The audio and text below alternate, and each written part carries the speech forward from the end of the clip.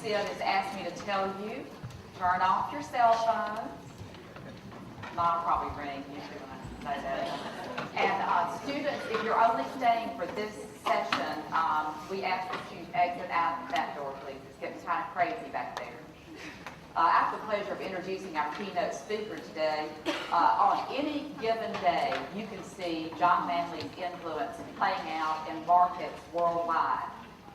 Almost weekly, he's quoted in Newsweek, Wall Street Journal, New York Times, USA Today, and you can also see him on television on CNN, CNBC, PBS. He's been offering his opinion to investors worldwide for almost 30 years. I had the opportunity of sitting with him at dinner last night, and he really is an interesting, fascinating conversationalist. And I know he thinks the same about me. But I did ask him some pretty good questions. One, his children, he has two teenage boys, and I asked him if they might follow in his footsteps. And he said, yes, it is. One of his sons is so conservative, he was born Republican, and that on his 16th birthday, he asked for and got a blue blazer. A little bit about Smith Barney. That's the firm that John is with. And he is Managing Director and Equity Strategist for Smith Barney, a 7-time member of the Institutional Investor All-American team. He earned his BA at Stanford University and JD from Boston College. Smith Barney is a global, full-service financial firm. They have 795 offices worldwide, and their financial advisors service 9.2 million clients, representing over 1.5 trillion, give or take a dollar, of client assets worldwide. So it's our pleasure today, live and in person, Auburn University, welcome John Manley.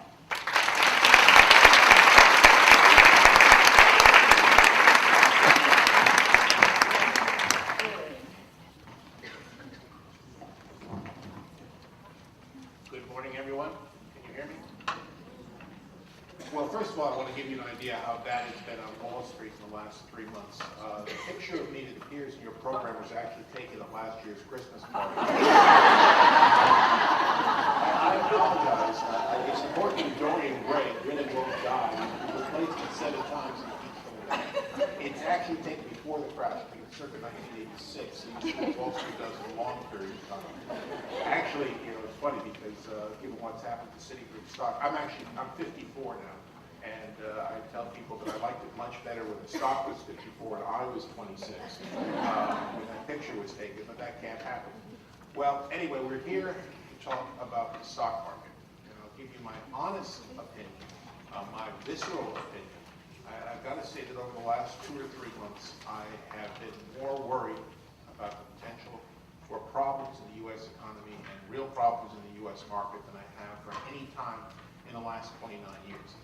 Now, I think part of that is a function of me, like all of you, being as old as I've ever been at this time. The older you get, the more you see things. Getting old is actually rather interesting because the older you get, the more you know, the more you've learned, and the more you forget. There's a great story about 2 couples who are having dinner together at one of their homes, and the wives are in the kitchen making dinner. The guys, as usual, are sitting on the patio having a drink. And one of them turns to the other and says, we went out for dinner last night, and this new restaurant has to have, it was the best meal I've had in 25 years. And his friend says, what's the name of the restaurant? He says, oh my God, the name, he says, what's the name of that flower? The one with the long stem and the thorns? His friend says, Rose? He says, that's it. He yells out, hey Rose, where did we go for dinner last night? So you forget a lot of things, and actually I've forgotten what it was like to feel like I felt over the last couple months. So one weekend I actually sat down, closed the door, and just literally did thinking, which is something we really don't do on Wall Street a lot. Just thought back and tried to remember what I've gone through, the crises I've gone through, what it felt like at the time. I mean, right now it looks as though the Fed, as though higher interest rates have broken the housing market, which is really the driver, the only source of real growth, not only in the U.S., but probably in a good part of the world as well. They've broken the only vehicle of growth, and it looks like it can't be fixed. He seems to be up a creek without a paddle. Well, I thought back. I joined Smith Barney in 1979. Very junior, obviously. My first real crisis on Wall Street was 26 years ago, in 1982. I remember 1982 very well, specifically the first few days in August, just before the market turned. Now, at that point in time, things looked awful, because the Fed, in a desire to combat inflation, in a very real strong move against inflation, Mr. Volcker took moves against the economic intrusion of inflation to a degree that no Fed chairman had done for some time. Should have been done a while ago, but in the process of breaking the back of inflation, it appeared they had broken the back of the energy industry as well. And when we look back in 1982, we could see, well, over the last 5 or 6 years, the engine for growth, the only true growth vehicle in the United States and in the world, was energy. And the Fed has broken its back, and it's clearly not coming back for a while. And here they are cutting interest rates. In fact, they started cutting rates back in September of 1981. It's been almost 11 months. The Fed's cutting rates. The economy's not responding. The prime driver of growth is broken, and we look like we can't get out of it. We know expectations are low. We know confidence are low, but we just can't see a way out of it. But there was a way out of it. The Fed cut interest rates, and finally we worked our way through a lot of problems. And we had a pretty good 4 or 5 years in front of us. And things, as I remember them, went reasonably well until 1987, when we had the crash. Now, I don't remember any real fears on the day of the crash. I remember I went to work upper middle class, and I came back poor. But other than that, it was so quick. It was so quick. It was over so quickly. It was like a blur. To me, the real scare in 1987 came in December, two or so months after the crash, because the market had popped back, and then it started to tail off, and we couldn't see economic growth. And you know, when we look back at the end of 1987, what had been the engine of economic growth? Strangely enough, it had been the stock market. That was the age of the yuppie, people making a small fortune in their 20s, being a trader for Goldman Sachs on Wall Street, or being a hotshot analyst in some firm. The growth vehicle, the thing that really drove the economy forward, that sort of took the place of the energy market, was the stock market. And my God, it wasn't entirely the Fed's fault. The Fed was trying to tighten because there were issues with currency, and Germany got involved, and it set off all sorts of derivative problems.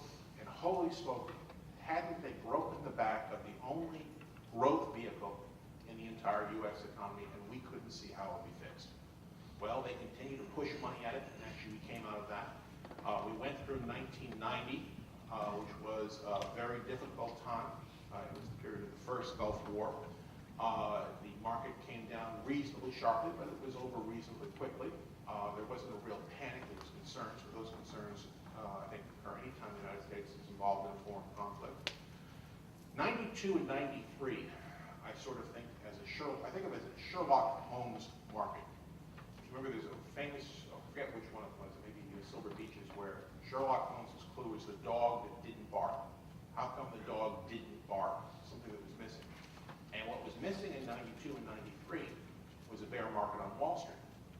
And that's something that I think the Fed and the federal government deserves credit for, that they don't always get. Because in 92 and 93, roughly a third of all named financial institutions in the United States, not by volume, but by name, disappeared. They were either out of business, they were rolled up. This was the time of the savings and loan crisis. This was the time, thank God, of the Resolution Trust Company.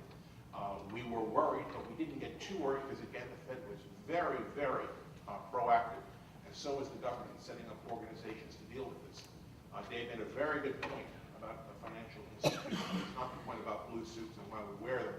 The really good point is, given time, financial institutions can work out of almost any problem. It's the shortage of money over the short term. If you really are solvent, I think we are very, very solvent on Wall Street. We're very solvent in corporate America. Given time, we get to a liquidity system. That's what the Fed gives us, time. And that's what they gave us back in 92, 93. But anyway, on to bad times. So things were better in 93. 94 was okay. Then 95 got really good. And 96 was great. 97 was wonderful. And we got to 1998. And we reached the situation where we had a problem called long-term capital, which was anything but long-term capital. It was one of the proto-hedge funds. originally around, they had quantitative models. They could prove that there was a 99% chance of this occurring within a realm of 98%. Now, I will say something. I'm a history major from Stanford, so I don't really understand mathematical models. I have some idea what a parabola is. I'm told I speak in hyperboles, but I don't really know this stuff. Someone said to me, the problem with being a quant is you don't ask why. You ask a lot of questions and you answer them, but you're looking backward in time. And he said to me, if you really think there's an issue, if you really think you could analyze the world through quantitative analysis, through inductive logic, which is what they're doing, put yourself in the place of a turkey. And the reason you do that is from the time you were hatched, there's this nice man in a plaid shirt who comes over to take care of you. And he really must like you a lot because he feeds you, he waters you, he cleans your cage, he makes sure you have all your inoculations, he makes sure you get your exercise, you get to run around free range. And now, you understand something called Thanksgiving is on. And you'll be asked to join the family at the dining room table. Well, you see the point. Everything has been good so far. That doesn't mean it's going to be good going forward. There's always some driving force there that the numbers don't really pick up. But 1998, I've got to tell you, was my birth under fire for a lot of things. And it was a very personal experience for me because it was the first time my own mother had bawled me out in a long time. My mother, at that time, was in her early 80s. She was a widow. She lived about 3 miles away. Boys over there were little kids. They used to run around the house and eat McDonald's French fries. We'd talk about things. But that day, or the time of the long-term capital crisis, market memories are that you had a very bad 2-week period. It was like Tuesday through Friday went down 7 or 8%, then Monday through Thursday went down another 4, 5, 6%. Very short period of time, very, very intense collapse. So the Sunday in between it, my mother's, and we're having our lunch in the dining room, and she says, "Come into the living room, John. Sit in your father's chair." She puts me in my father's chair, and she looks at me on the sofa, and she says, "John, your father and I put together a good portfolio over the years, and I've kept it unchanged since he died, and it's done very well for me until 2 weeks ago. Your mother has lost 30% of her assets in the last 2 weeks, and you haven't said a thing, John. You're a big deal on Wall Street. Why don't you tell your mother what you think is going on?" "Okay, Mom." So, I said, "All right, we've just taken over Salomon Brothers, and we had met with the Salomon economists in London." And I said, "Mom, I'll give it to you straight. We just met with the smartest guys in the world, brilliant guys at Salomon Brothers, and here's the way the world looks." I said, "Mom, Russia has imploded economically, and it may implode politically, which could mean how many nuclear weapons on the open market. Latin America should not be linked quantitatively to Russia, but it is. Argentina, Brazil, big debtor nations, they need more debts to keep their flow going. They are growing, but they need this infusion of capital, and nobody wants to make any loans. People don't want to take any risk. They don't want to have the capital at risk. They're not giving Brazil and Argentina the money. They're almost forcing them to default. And over in Asia, you have an even better story in Asia longer term. This is a true growth business, but it's an export-driven economy. And you can't export unless people import, and no one has the money to import at this time. So they're going through enormous problems. And even up in Canada, for God's sake, which is the closest thing to us literally and figuratively, they are primarily, or they're driven by resources. Resources are under pressure. We're having deflation. They should be cutting interest rates to spur their economy. Instead, they're raising interest rates to protect their currency. They're doing exactly the wrong thing. I said, "Mom, all this is happening with the market at the highest valuation in 40 years. And I don't want to sound like I'm worried, but if things go wrong, this could be the worst thing since 1929. My mother has sat through this entire presentation without moving a muscle, right at me, and waits a good 2 or 3 seconds after I'm finished to make sure I'm finished. Then she leans forward and she says, "John, you were like this as a child, too." It was an epiphany, because it's true. I was like that as a child. I'm nailed it on the head. We're all like this. We were all like this as children on Wall Street. People who tend to come to Wall Street. What do you think I do for a living?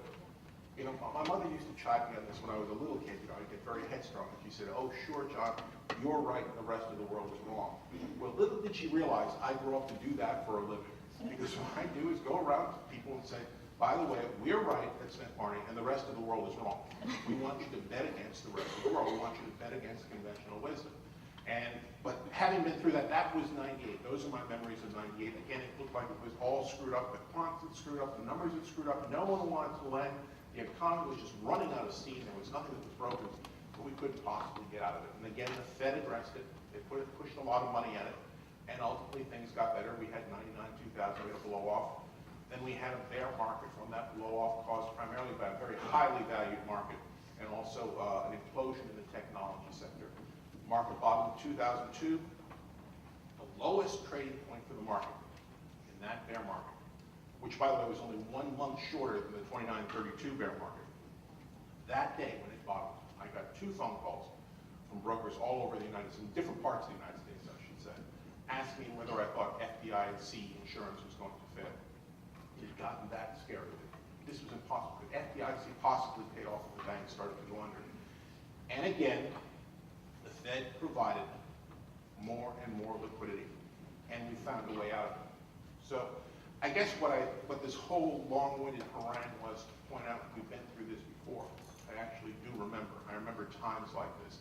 I remember what I felt like. I remember how scared I was. I remember how scared people on Wall Street were around me. I remember how we'd sit in a room and we couldn't figure out how the heck we were going to get out of this thing.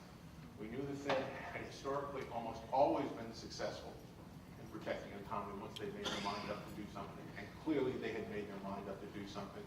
But we just couldn't figure out how it worked. We just couldn't figure out where it came from.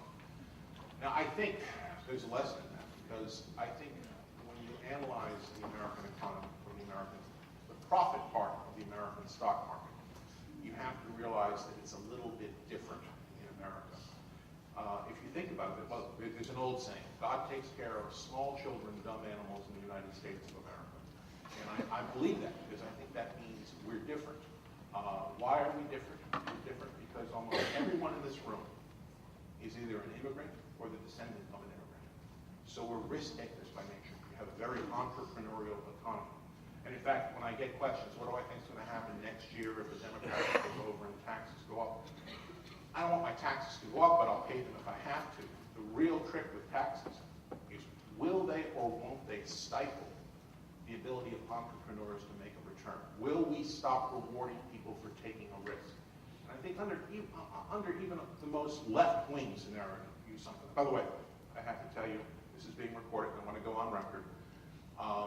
I am not paid by Smith Barney to have a political opinion.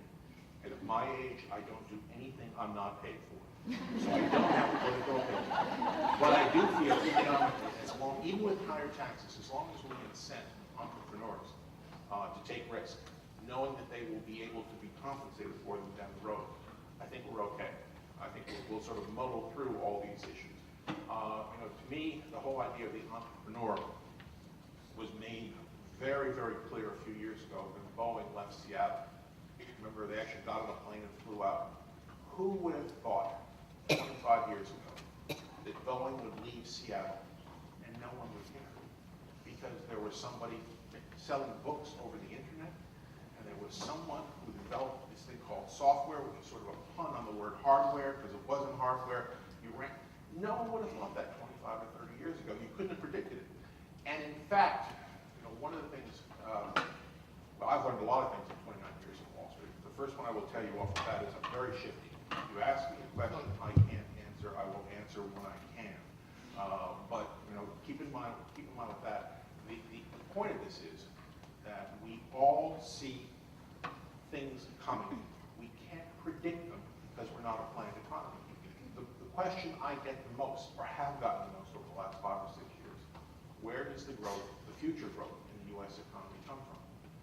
And I've decided the best answer is I don't know. I actually don't try and dodge this one anymore, because I don't know is the best answer, not just for me, but I think it's the best answer for America. Because if this were the old Soviet Union, I would know. I know that we're going to increase corn production by this much and steel production by that much. I don't care if we need it or not, we're going to do it, or they will be shot. Here in the United States, it's very much an entrepreneurial spirit. The growth will come where the growth needs be come. And I think that's a very important thing to remember. I think also you have to say the United States has a specific ability that I won't say is unique to us, but I think we probably have the most of it. And that is the United States is very good at being wrong. Now, I mean that in the best possible way, because I think Japan and a lot of the tigers in Asia are extremely good at being right. They're extremely good at sensing and then developing and exploiting a need that they see, whether it's cheap steel or cheap high quality steel, small, very efficient cars. When they get an idea, they run with it. But when they trip, they have a tough time getting up. Now, here in the United States, I think we have a genius in making mistakes and getting up. Part of it, I think, goes back to an old joke. I know I'm taking my life in my hand here when I say this. Does anyone in the audience remember Red Skelton? Okay, Red Skelton, when I was running one of my favorite comedians, he had a soft image, but he actually was. He was a very nice man, but he had a very keen, almost acerbic sense of humor in private. And one of Red Skelton's most famous lines, my wife told me this actually, but my favorite line from Red Skelton, and I quote, "All men make mistakes. Married men just find out about them sooner." I love that line because it's not white-bashing. Think about it. In an imperfect world where I can't predict the future with any sort of accuracy consistently, nobody can. The next best thing in life, always being right, is finding out you're wrong very quickly. The faster you find out you're wrong, the less damage you will do to yourself and the causes which you are trying to push forward. And I think that's America's genius. I get questions, is CNBC really pumping this up? Are they trying to sell news time? Are the papers blowing this up? Aren't they making things worse by screaming about all these issues? My answer is no. Are they overreacting? I think they are. Was Congress overreacting to some of the quote-unquote scandals of 3 or 4 years ago? I think they were. But I'm glad they didn't, because we in America are extremely good at getting our problems on the table. We get them out and we deal with them very, very quickly. And issues that have plagued the Japanese economy for 14 or 15 years were dealt with by us in 2 or 3 months because they were on the table. The problems were seen. Now, going through this, which is what we're doing right now, is not a pleasant thing because we tend to amplify the volume when it comes to the problems we're facing. We're overstating. We're looking at the worst possible situation. But in doing so, the move down in stocks, I think, sets the stage for the move back up in stocks. The move down in stocks, not really caused by the problem, although we think it is. In my opinion, the decline in stocks is caused by the beginning of the reaction to fix what was wrong with the economy. You know, it's almost like a bodily reaction when you get inflammation around a cut. It's not the cut, it's not the germ, it's your reaction to it. You get a little bit inflamed because your body is dealing with the pathogen. And I think that's what we're doing right now. And I think we're actually pretty far on the way to doing that. I can't find a lot of instances in the past where the market has had low expectations and the Fed has been deliberately cutting interest rates, where the market didn't do well over an intermediate period of time. This goes back to the 1930s. I will say that I think the Fed has a pretty clear road towards cutting interest rates, certainly as far as inflation is concerned. Now, here it becomes necessary to differentiate between higher prices and inflation. They are not the same thing, or they're not exactly the same thing. In my opinion, in our opinion at Smith Barney, to have inflation as a persistent, ongoing problem in the economy, that inflation must get into the wage base. And I'll tell you why. I'll give you an example of this. Imagine for a second that I am the average working man in America. And imagine that because of commodity price increases, commodity price inflation, corn, oil, gas, gasoline, everything's gone up in price. Let's say everything I buy has gone up in price 7% in the last year. So I walk into my boss, I say, Sally, I'd like a 7% raise just to keep up with where I was before, or I'm going to leave. The response would be something like, you can either use the revolving door, John, or the main door in the front.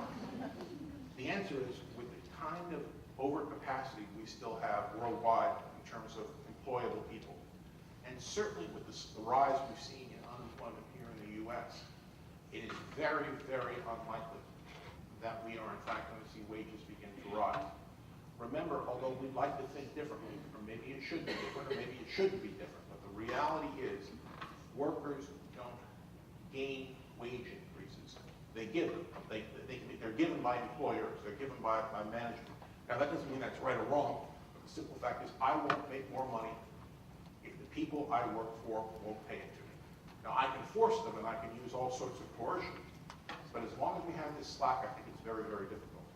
So if prices go up 7%, and let's say I get a 3% wage increase because my productivity somehow has gone up 3%, I'm able to buy 4% less than I did before. And that actually tends to slow the economy. And what would have been, what started out to be inflationary, actually ends up tending to slow the economy down.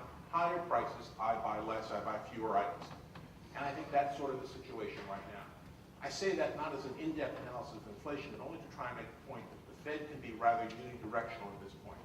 They can do whatever they need to fix the economy. And as long as we have some inflation, and there is some inflation in the system, they can essentially make money free in real terms, or even less than free, lower than free in real terms. And I think that has always been a stimulus for Americans. I can't tell you where it pops out on the other end, but I know that's the wonderful thing about a market economy. And I think Dave made a very, very good point about the role of the Fed. We like to think of ourselves as a pure market economy. Well, obviously we're not a pure free market economy. From 1880 to 1913, I think we had a pure free market economy. Even into the 20s, the Fed kept their hands off it. We have what I would consider to be a wonderful amalgamation. We Americans are extremely good at compromise. Whether it's forming our government or trying to deal with reality, very pragmatic.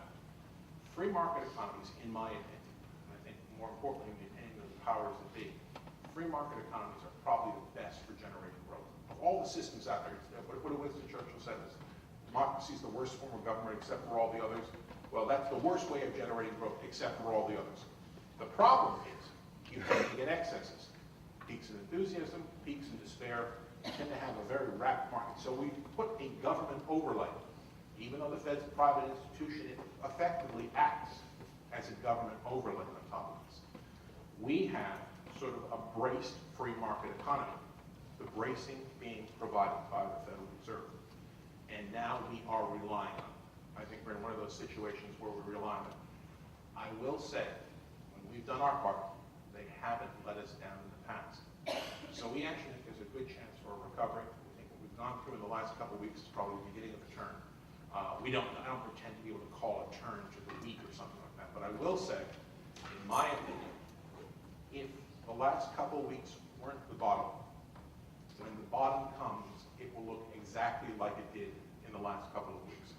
So I think we're in a situation where things can get better. People are beginning to improve their outlook. I will say that I think we have very low expectations on Wall Street. I'll do a little quasi-mathematical thing to point that out to you. I don't know if anyone's heard me speak before, they know that I don't have a reputation on Wall Street for being good at predicting the future, but I do have an 85% success rate at predicting the past. So I tend to look backwards. I argue by analogy. I look for historical analogies and try and differentiate. I'd argue to you, 20/20 hindsight, that you should have bought stocks like crazy in 1982. What a great time to buy stocks 26 years ago, because we had an 18-year bull market in front of us. We didn't know that. What we did know was that expectations, confidence, and valuations were at record lows. The PE was 8 times forward earnings back then, the lowest since the Second World War. Now today, it's more like 14 or 15 times earnings. Some would say with a haircut, we're probably maybe 16 times earnings, but it's about twice as high as it was in 82. So by the way, you can bring this into account. Well, there are really 3 things that go into creating a PE, a valuation on the marketplace. There's the market's growth expectation. There's the market's risk perception. So I'll call those risk-adjusted growth expectations. What we think our rewards are compared to what we think our risks are for being wrong. The only other thing is the bogey rate, the risk-free rate, the rate of return against which we compete. Now today, the yield on the 10-year treasury is around 3.5 to 4%. Back in 1982, it was around 13.5 to 14%. Now, that has an enormous difference. If you want to have $100 in the future, 10 years in the future, and you use a treasury instrument because you want to be safe, today you have to put aside $60 to have $100 in the future, because that's what 3.6 compounds at. Back then, you only had to put aside $28 or $29, because 13.6, 13.7 compounded out to $100 in 10 years. Put another way, the present value of $100 10 years in the future today is worth about twice what it was 26 years ago.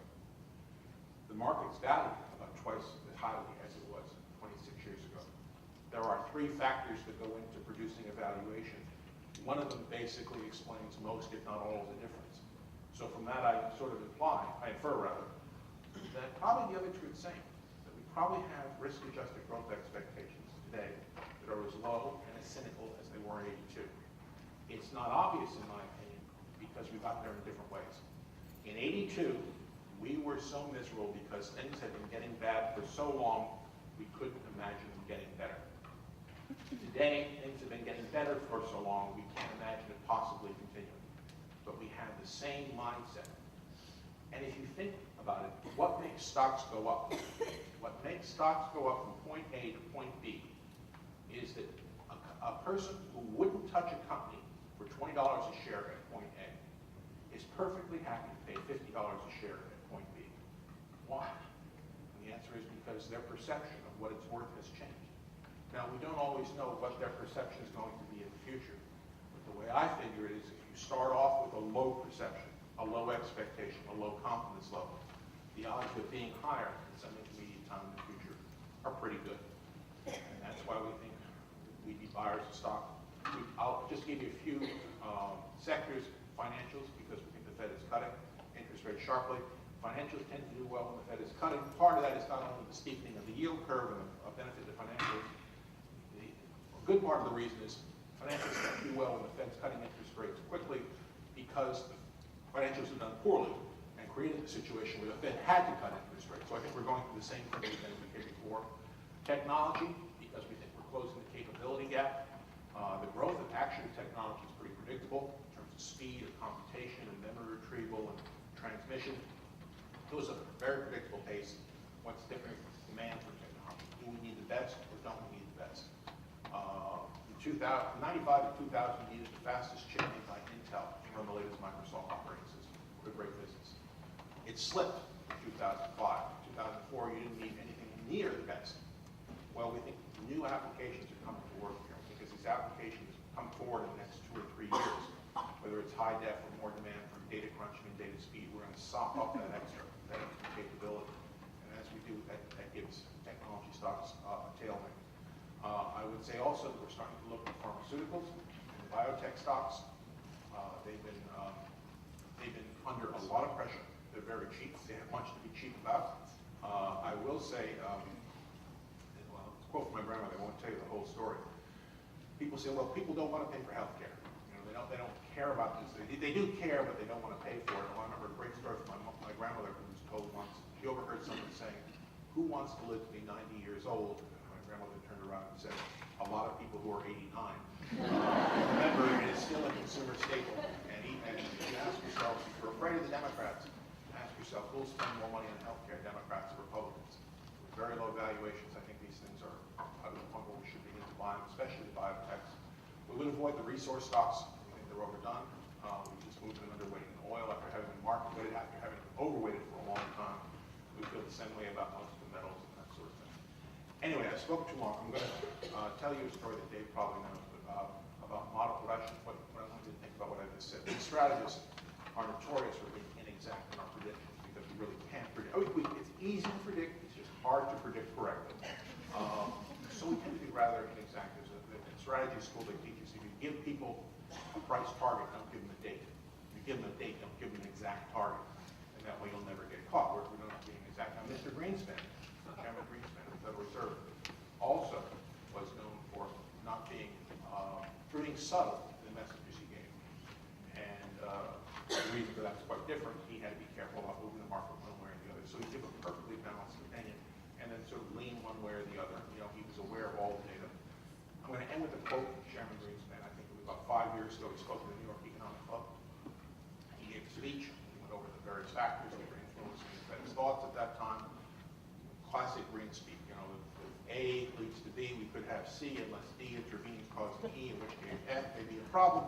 But there was a tilt to it, but not a very obvious tilt. He ended, to end with you by saying, ladies and gentlemen, thank you for having me here today. I must tell you that if you think you know what I've just said, you've obviously misunderstood.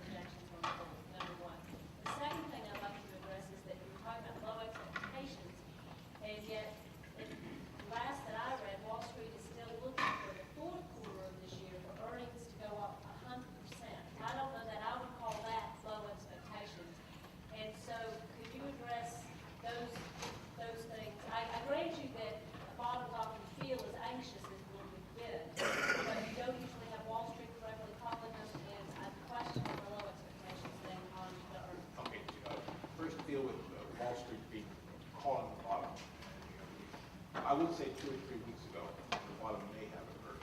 There certainly was today. And I think the consensus pops around an awful lot. And the problem with that is it's a verbal consensus. I call it what you think, like an opinion poll, who's going to win well. You know, that's like playing penny ante poker. You can play any hand you want to play. There's no risk if you're wrong.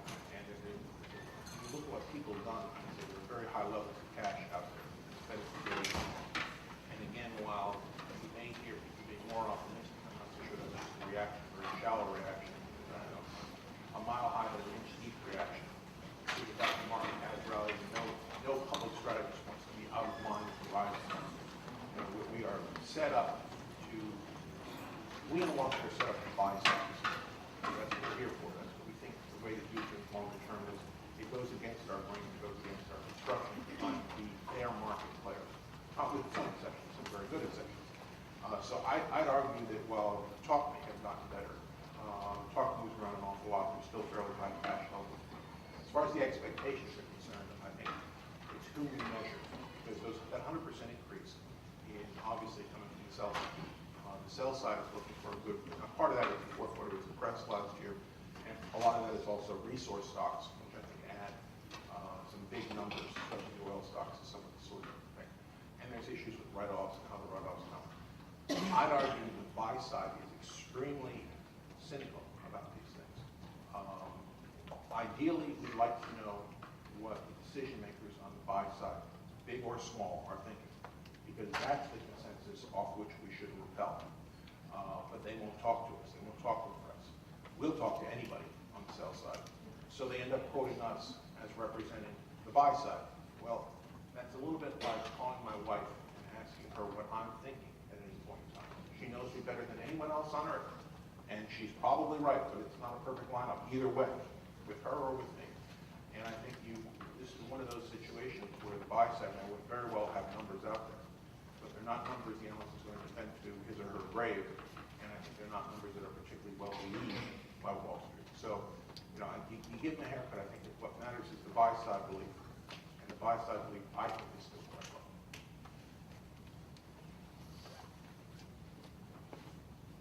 I have told you everything I know. Any questions? Hey, yes. Question. You look back at history and it gives you confidence in the future in certain sense. See, it's Barney. Are there things that have changed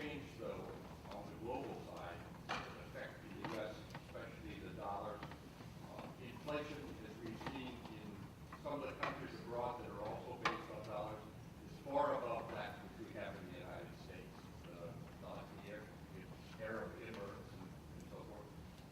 And we also are beginning to find not only are some of the foreign governments no longer just concentrating on the U.S. dollar for the reserves, but branching out more and more into other forms, and finding customers or suppliers who are no longer willing, especially some of the Chinese, to take U.S. dollars for payment.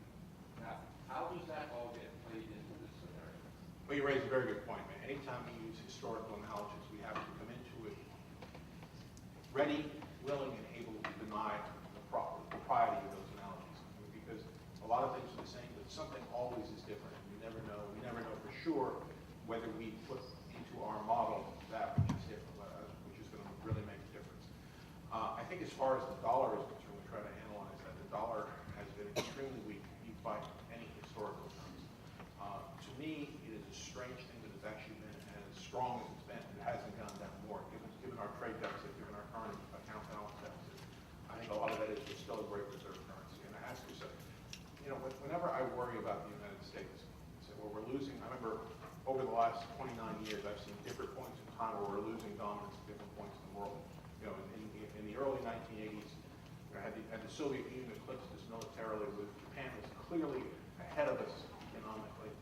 Everything seemed to be going against us. Well, we came back from that, and I think part of that is our adaptive process of here in the United States of sort of dealing with the issues as we see them and dealing with them very, very quickly. I think the dollar is a medium by which certain imbalances will ultimately be fixed. And I think dollar weakness has not been a bad thing over the last several years in the sense that it reflects the trade imbalance. It's a step towards reversing our trade imbalance. It has actually been somewhat beneficial to the economy in the last 2 or 3 quarters. Housing has weakened. Potential strength in exports, and from time to time real strength in exports, growth in exports, has actually been an offset to that. Probably kept the economy from being even weaker than it would have been. So I tend to think the dollar, I analyze that separately. I try to analyze it, or at least when I do an analysis, I don't see it being such a tremendous detriment to the economy that it would change my mind about other things. I think the dollar is doing what it should be doing, given the facts out there. And I think what it should be doing will eventually tend to give us more, not less, economic strength, which is what we need. Later on down the road, we can change what we want to have happen. For the time being, we have to treat as patients have, and the patient needs more economic activity here in the U.S. The inflation numbers, overseas countries have different inflation numbers because they have different supply-demand equations. It's not a surprise that Asia, or that Asian subcontinent, that Arabia is having such enormous inflation. They have an enormous amount of money coming in, and I think that is really an issue that is a function of higher oil prices more than it is an imbalance in the U.S. economy. Last thing I'll say, and this goes back to the dollar, is about the balance of imbalances. We have a terrible trade deficit. It has to be dealt with. I think the dollar is moving in that direction. But if you look at the U.S. and China, let's say, or the U.S. and its trading partners, whenever I do, I think of seeing an ugly couple on the street. I think, thank God they found each other. If this is recorded, this gets back to New York. Ugly people of America are coming after me. If we had to produce everything we consume in the U.S., we'd have massive inflation. If the Chinese had to consume everything they produce, they'd have a depression. So the imbalances are imbalances, and they have to be correct. But thank God we have them at this point in time, because they've allowed both economies to function better, given their demand level, than they would have otherwise. So it's not entirely a bad thing. There is a certain symmetry in it. And I think that the real issue when we get beyond this crisis is, do we solve that issue successfully? And the successful way would be by increasing exports, not by decreasing imports. I don't think we can really decrease imports without a real tug on the U.S. economy. So those are the issues, but I don't think it's as bad as it seems at first blush.